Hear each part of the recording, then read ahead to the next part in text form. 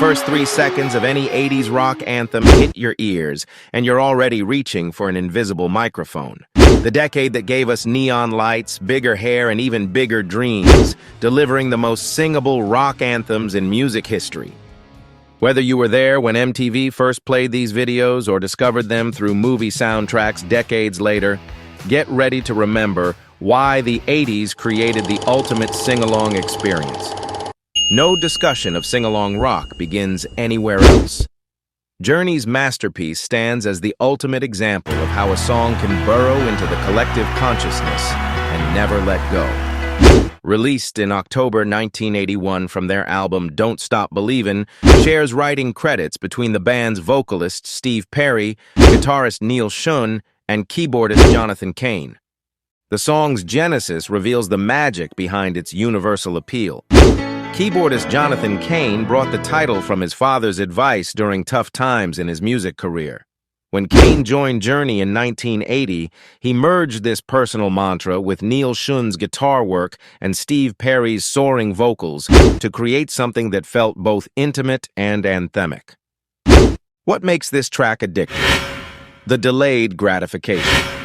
Journey forces listeners to wait nearly 4 minutes before delivering the legendary chorus, building tension through verses that tell stories everyone can relate to. The small-town girl, the city boy, the midnight train going anywhere. When that payoff finally arrives, it feels earned. The song's staying power defies logic. Decades after its release, it experienced a massive resurgence through TV shows, movies, and sporting events. Journey's Don't Stop Believin' was named as the biggest song of all time by Planet Rock listeners, proving its enduring dominance. Every karaoke night, every sporting event, every moment when people need to believe in something bigger than themselves, this song becomes the soundtrack. It's not just music, it's collective therapy set to one of the most recognizable piano intros in rock history. When Slash accidentally created one of rock's most iconic guitar riffs during a warm-up exercise, he had no idea he was crafting the DNA of what would become every air guitarist's favorite moment. Sweet Child O' Mine emerged from the controlled chaos of Guns N' Roses' creative process in 1987, transforming an improvised guitar exercise into a love song that would define hard rock's emotional range. The song's creation story reads like rock folklore. Slash was simply warming up with a circus-style guitar exercise when the distinctive opening riff began taking shape. Izzy Stradlin added rhythm guitar, Duff contributed the thunderous bass line, and Steven Adler's drums provided the driving force. But it was Axl Rose's vocals that elevated the track from technical showcase to emotional powerhouse. Rose wrote the lyrics about his girlfriend Erin Everly, crafting verses that balanced tenderness with the band's trademark intensity. The juxtaposition of sweet sentiment with hard rock aggression created something entirely new, a love song that could satisfy both metalheads and romantics. The song's structure follows a perfect escalation pattern.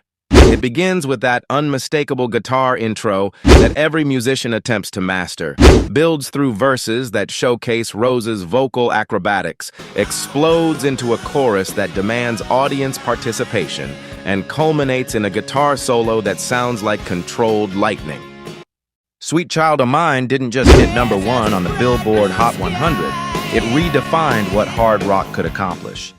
Every time those opening notes ring out, millions of people instinctively prepare for 3.5 minutes of pure rock catharsis. Bon Jovi transformed working-class struggle into rock opera with Livin' on a Prayer, creating perhaps the most universally relatable anthem in rock history. Released in 1986 from their breakthrough album Slippery When Wet, the song captured Reagan-era America's economic uncertainty while providing the perfect escape through pure rock energy. The song's protagonists, Tommy and Gina, weren't fictional characters. They represented millions of Americans facing economic hardship in the mid-'80s. John Bon Jovi and Richie Sambora crafted verses that painted vivid pictures of blue-collar life, from Tommy's lost job at the docks to Gina's diner work. But rather than wallowing in hardship, the song transformed struggle into defiance. Richie Sambora's talkbox effect on the guitar created one of the '80s most distinctive sounds, while the song's structure built tension like a perfectly crafted drama. The verses whisper the struggles, the pre-chorus builds anticipation, and the chorus explodes with the kind of hope that makes stadiums shake. The genius of Livin' on a Prayer lies in its democratic appeal. Every listener can find themselves in Tommy and Gina's story, whether facing relationship challenges, career uncertainty, or simply the universal struggle of making it through another day. The song doesn't promise easy solutions. It promises that we're all in this together. When Bon Jovi performs this song live, something magical happens. 80,000 people become a single voice, singing about shared experience and collective hope. The band often stops playing during the chorus, letting the audience carry the melody. It's proof that some songs transcend entertainment to become communal prayer. Few songs announce their intentions as aggressively as "Welcome to the Jungle." Guns N' Roses created more than a hard rock anthem. They crafted an audio that perfectly captured the dangerous allure of urban America in the late '80s. Axl Rose conceived the song during his early days in Los Angeles, drawing inspiration from the culture shock of small-town Indiana boy confronting big-city reality. The lyrics painted LA as a modern jungle where survival required cunning, strength, and more than a little madness. But rather than condemning the urban wilderness, Rose embraced its savage beauty. The song's opening remains one of rock's most intimidating introductions, while Slash's guitar growls, snarls, and threatens. When Rose's vocals enter with that iconic whistle, followed by his maniacal laugh, listeners know they're entering dangerous territory. "Welcome to the Jungle" became the perfect soundtrack for '80s excess and ambition. The song appeared in movies, video games, and sporting events, always signaling that something intense was about to happen. "Welcome to the Jungle" is by far one of their most memorable due to its energy and hard-hitting nature. As soon as the melodies kick in, the song is quickly recognized by many. Every time someone needs to pump themselves up for a challenge, this song becomes the soundtrack. Another One Bites the Dust by Queen. Queen proved their mastery over musical genres with Another One Bites the Dust, creating a rock-disco hybrid that dominated both radio formats and dance floors. Released in 1980 from the Game album, the track showcased the band's ability to absorb contemporary influences while maintaining their distinctive identity. John Deacon's bass line drives the entire song, creating one of the most recognizable musical motifs in popular music. The rhythm was inspired by disco and funk, genres that rock purists often dismissed, but Queen saw opportunity where others saw compromise. Freddie Mercury's vocals transformed the minimalist groove into something cinematic.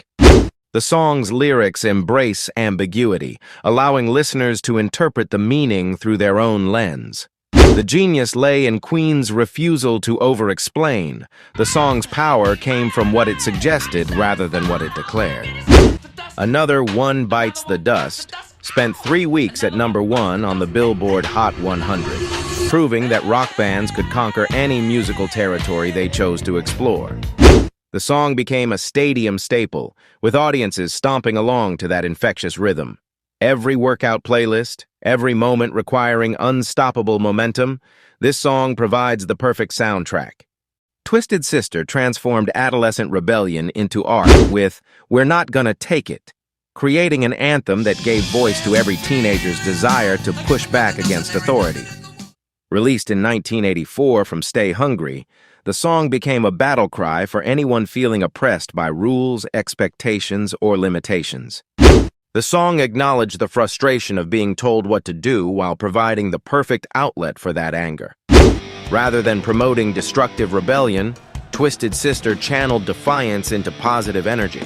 The band's theatrical image amplified the song's message. Their makeup, costumes, and larger-than-life personas created a visual representation of refusing to conform. When MTV embraced the song's music video, featuring the band terrorizing a suburban family, the message became even clearer. Sometimes refusing to take it is the only sane response. The guitar work was heavy enough to satisfy metal fans while remaining melodic enough for mainstream radio. Snyder's vocals delivered the lyrics with conviction that made every word feel personal and urgent.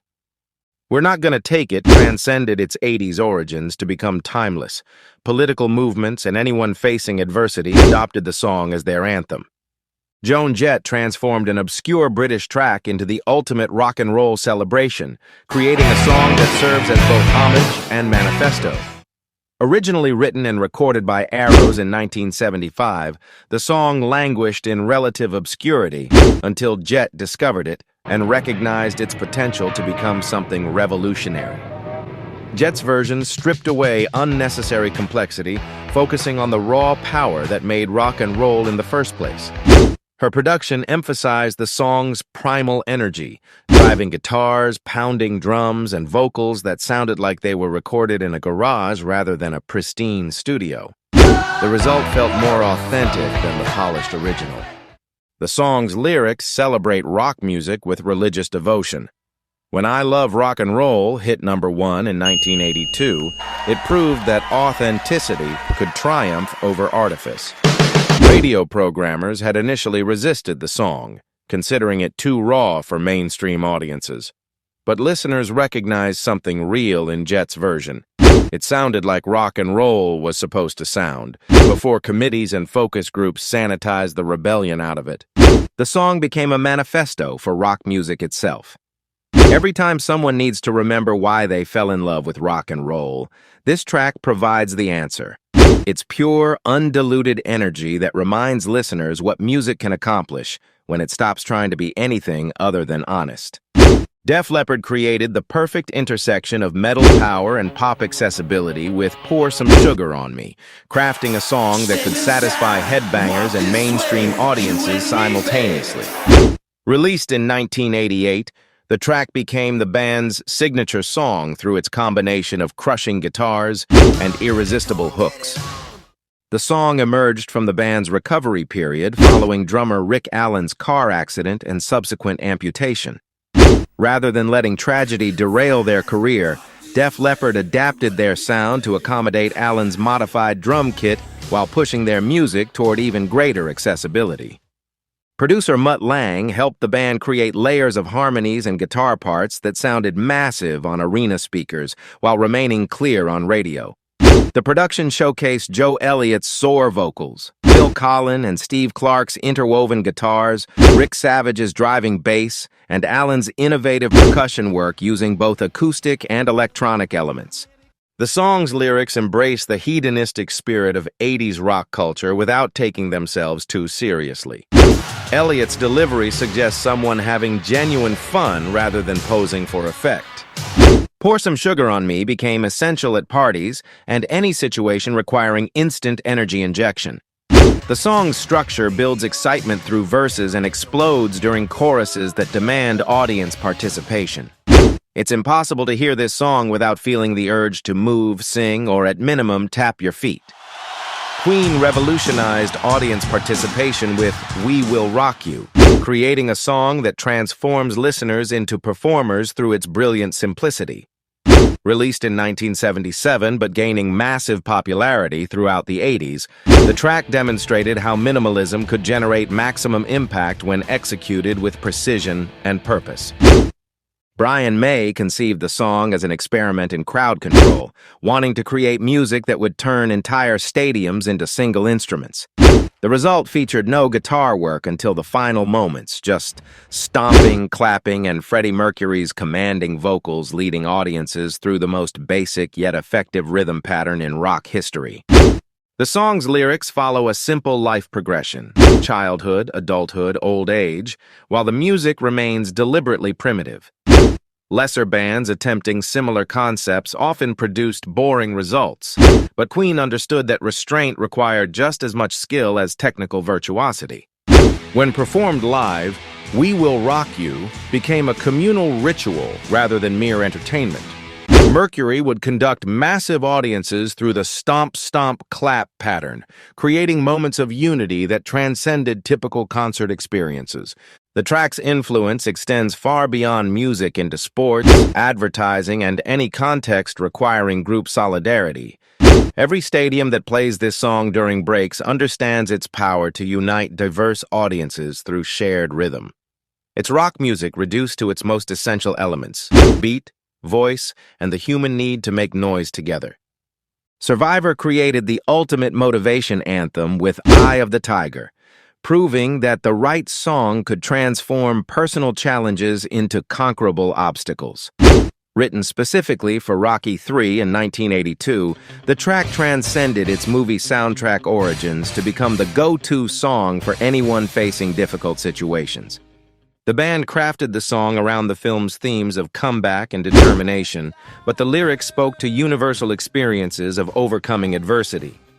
The song's musical arrangement perfectly supports its motivational message. The opening guitar riff suggests controlled aggression, while the rhythm section provides relentless forward momentum. Dave Bickler's vocals deliver the lyrics with conviction that makes every word feel like personal coaching. Eye of the Tiger dominated radio and MTV throughout 1982, spending 6 weeks at #1 on the Billboard Hot 100. The track's longevity proves its effectiveness, as decades after its release, Eye of the Tiger continues appearing in movies, commercials, and personal playlists whenever someone needs to summon inner strength. These 10 songs represent more than just great rock music. The decade of big hair and bigger dreams gave us songs that refuse to fade because they address timeless human needs. The desire to belong, the need to overcome challenges, the urge to celebrate, and the requirement to feel powerful in an often overwhelming world. From Journey's delayed gratification to Queen's crowd psychology, from Guns N' Roses' urban warfare to Joan Jett's rock and roll evangelism, the 80s produced anthems that understand something fundamental about human nature. Sometimes we all need 3.5 minutes of music that makes us feel invincible. That's the power of a perfect rock song.